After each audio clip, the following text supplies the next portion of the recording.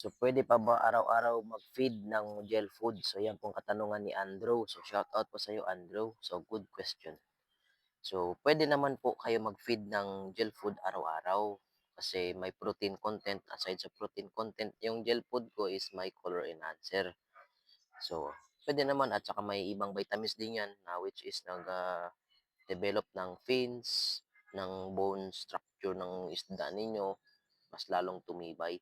At saka para sa immune system din, meron din yan nilalagay ko. Ang ginamit ko ng mga ingredients diyan, maraming sangkap yan. So, yung alam ng iba is 2, 3 lang, pero maraming ingredients ang nilagay ko. Secret ko na yun.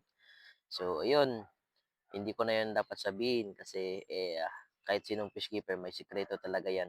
Yun yung ano natin, sikretong malupit.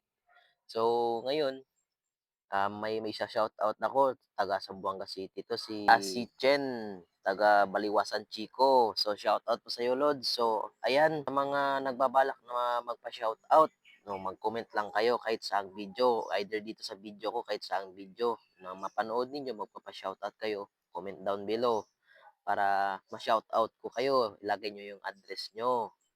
So, ayun, maraming salamat po sa palaging panonood. God bless us all and shoutout po kay Andrew. Yun, paalam.